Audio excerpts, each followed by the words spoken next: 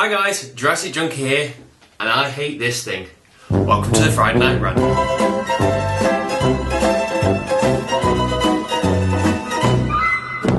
So I'll go on to the old cat malarkey thing in a minute, but first of all, we'll crack in with the sponsored by drink.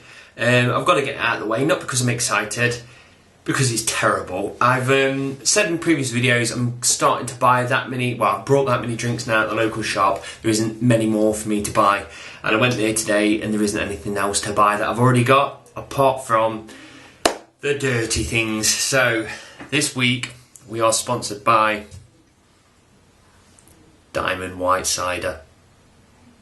7.5% cider, and it was like 50 pence, so it's going to be really bad. Oh, I feel like a right chav. What you saying, you fucking dickhead?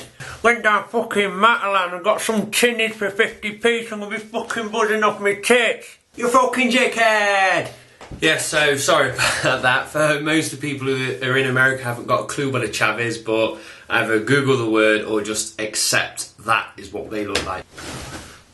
The horrible people. But nonetheless, yes, so this is now going to be swapped for what I had the other week, and I have decided I enjoy that now. So anyway, onto the ranting. As I said at the very start of it, I hate my cat, and there's a very good reason for it.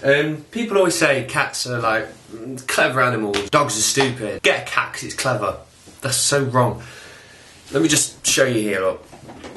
This was a jar, about that much, not big enough to get a cat skull into it, but yet my cat thinks it can jump into that gap.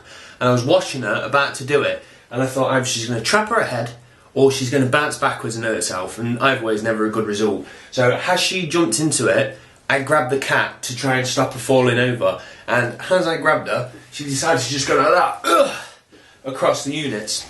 And as she did, she managed to twat my GameCube. It's not that bad, but it's enough to wind me up. She's taken the paint off a bit on there. There's a few bits on the side.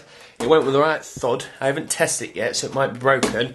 And there's the damage. She's gone down there. The GameCube hit the wall. I don't know how it managed to hit there, and also hit there. So, yeah, the cat smashed the GameCube, so I'm not happy with it. In fact, while I'm on the subject of that door, a few people have said they've seen it in the background of the videos a few times and they want to know what's in there. Why is there a door floating up there? And I know Brookhouse Boy 77 especially says, what's in it? Can we have a video of what's actually in there? So, my original plan was to do a room tour as such, and then what I was going to do is put some scary music on. And as I opened the door, I was going to do one of them scary things where the face comes out, but in the end I just thought, you know what, I can't be asked to do it. So I'll just go with a very basic, exactly what's in there. So, let's have a butcher's. I did it anyway! No, but in all seriousness, it's where I keep most of my game stuff and just chucked on the side, and some golf clubs that I've never used. So there's your answer. That's what's in that room. So the first thing I wanted to talk about this week is retro gaming. As you would have seen with the video, and most people have subscribed to one of the 35 people that are going to this retro game competition. And as you can tell that obviously I've got some of the old consoles like NES and Mega Drive, Dreamcast and all that lot.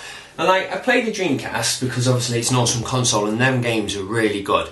And PlayStation 1 I'm trying to get back into, not because it's hard to get into, it's just because I've got so much to play. But PlayStation 1 also has some awesome titles. But then when you go back to like the Mega Drive and like the NES and stuff like that, them games, some of them are good because you'll perhaps have a bit of a story, or it's just fun to jump around whatever you're doing. But some of them, like flying games and just run and shoot games, are only fun for about 10-15 minutes. Well, so I thought.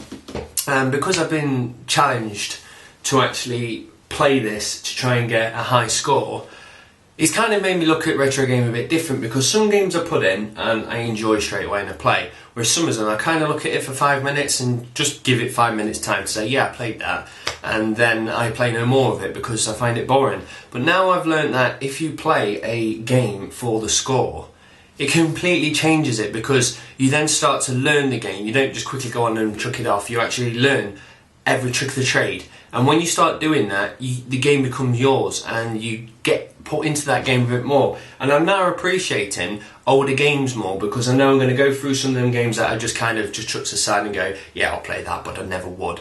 And I'm actually going to go through and try and beat the time or beat the points or whatever it is. And I know it's going to make me actually start enjoying the games more. So first of all, Murphaduff, thank you very much for setting this challenge up because one, it's awesome, it's good fun. And two, I definitely know it's going to actually pull me into retro gaming more. So that's awesome. So while I'm talking about this, I'm finding this entire challenge quite fun because first of all, Red Hot Light has got 11 million points, and last night I managed to pull off 4 million, so I'm slowly getting there. And it feels quite cool because, like last night when I actually said, yes, I broke the world record, and I was quite happy, as soon as I put it onto Facebook, he kind of just released that photo, and it felt very much like I was Steve Weber, and I just beat Donkey Kong, and then Billy Mitchell just come out and just drops the VHS tape and just explodes a new score. And it feels like that, obviously on a very tinier scale, but it doesn't matter, it's kept me happy, so I'm just enjoying all this. So Red, don't at all think, should you have put that photo on? Yes, you should, because it spurred me on even more, so this is going to be some good fun and hopefully we'll have some good footage out of this. Lovely. So the main thing I wanted to talk about this week was Duke Nukem. And it's getting bashed left, right and centre. And to tell the truth, I had a feeling it would do, because I just know what critics are like. Sometimes you get a game for the gamers and sometimes you get a game for the critics. And this is definitely a game for the gamers. And in fact, it's not even a game for the gamers, it's a game for Duke Nukem fans, that's why it was made. And it annoys me that it's getting so much bad press because I'm enjoying it. I haven't completed the story, so I can't obviously say my full 2 cents on it. But the story mode's just over the top and craziness. And when I was playing online the other night, it was one of the best online games I've played this year. Like, don't get me wrong, I've got Call of Duties and all that lot, and they're good. But this was just like so stupid. Like, I was running around a Duke Burger as a shrunken Duke Nukem. My mate ran into a microwave, slammed the door on him, and he exploded. I was running across like a washing machine and someone shut that down on me. And it just felt really fun, old school kind of just gaming, and I really like it because now it's so serious. Like when you spawn, you've got to have your weapon set, you've got to put the correct attachment onto your gun to give you the advantage against the enemy. And this is just quickly run and try and get out the RPG and just fire it like crazy. No one's bothered if you miss people, it's just hectic fun. And that's exactly why I'm in love with this Duke Nukem, so I'm glad I feel like that because I can see myself never selling this. It's going to be one of them ones, it's going to sit there for perhaps a month or so, and then I'll just say to the lads, do you fancy playing Duke Nukem again? And we'll all just jump back on it. So I'm really impressed by Duke Nukem, especially the online side. The story's quite funny. I've never played a game before where someone turns around and says you need to come back with some popcorn, a vibrator and a condom. But that's what Duke Nukem's all about, isn't it? So, bit of a crazy game there. This is a bit of a mishmashy Friday Night Rant, just simply because I expected to be at 1,000 subs. Not that I think I'm going to skyrocket and I'm getting millions and millions of subs. It was just that the average amount of subs I was getting looked like I was about to hit 1,000 subs. So I was planning to do a Friday night rant live tonight. And obviously I can't just rant, it would be necessary. People fire questions at me and then I'll talk. And then I'm probably about 10 subs away from 1,000, and I couldn't do a 9,800 sub special. So I just thought, sod it. I'll just do a normal one and wing it. So I ain't got loads to talk about, and I'm bricking it now because I can see the little red light flashing to say it's about to die. But I'm going to continue anyway. We'll see how far we can get. So obviously I've just been quickly looking through the news today, seeing what's been winding me up, and an article come up and it really pissed me off, and I just can't understand why they do it. All it was is there was a guy who likes to make 8-bit music, and he approached a company and says, can I do a cover of this particular album and turn it into 8-bit and then put it on the internet? And they actually said yes. So very nice of them. And then he went through, he created it and everything, it's all on YouTube, but he decided to obviously get the cover art from the original album and pixelate it and put that back on. But he forgot to ask for the cover art. And as soon as they did, they just panned straight on him and took him to court. And he's been fined 32,000 fined. That's fined, I can't even speak. Fined $32,000 for using a cover and pixelating it, but yet they said they could take the music. And that to me just sounds like they've obviously gone, yeah, do what you want, mate. And one of the lawyers has gone, by the way, I've just noticed he's done this, so if you want to make a quick 32,000 bucks, we'll sue him. And they did. And this guy did it because he enjoys that album and it was his passion to create it into a 8-bit music. So I just think really pissed off that people just sue people for the sake of it just to get a bit of cash. And that brings me on very nicely actually to lawsuits. Obviously, Sony's back online and that's brilliant, everyone's playing again now, but obviously the lawsuits are about to kick in now of what they did or didn't do. And it's actually been released now that Sony laid off the security team 2 weeks before the attack. So does that mean that some of the security team could be a part of the hack to prove them wrong, or did they deliberately do something before they leave? No one knows. So that's going to be quite a cool story. It's going to pan out over the next few days. And the other thing they actually said was apparently they spent about £2 million upgrading this security to keep all the Sony secrets away from obviously peeping eyes. But they didn't include the credit card details in this £2 million revamp of security. So I think it's going to be interesting to see how this pans out over the next few days. I know that battery's going to die in 10 minutes and it's going to take ages to charge it again because it's not normal battery, so I'm going to have to cut it very short now.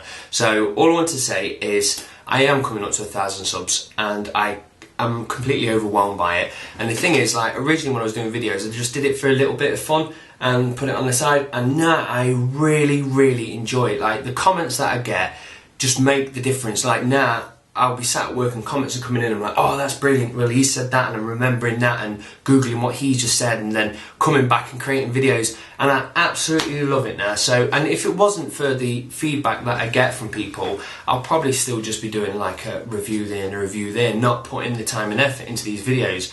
But I have got something planned. It's a new kind of, oh, I was going to say show, but this isn't a show. But how I've got the Friday night rant running every Friday, I've got something up the sleeve, and I'll only do one a month because it's going to be a very expensive thing to film. If I did it once a week, I'll be skinned. So I'm going to do it once a month. I can't do it yet because I've got to get a lot of props and some equipment to actually pull this off. But I'm really excited for it. It's something that I've wanted to do from like the point go and thought that's impossible. But after a bit, I've started to think about it now and I'm going to try and give it a go. So fingers crossed there's something in the pipeline. And as I said, next week's video is going to be a live one. So within the week, once I worked out the times, I put a video on telling you exactly where it's going to be and at what time. So if anyone can join me, grab some beers.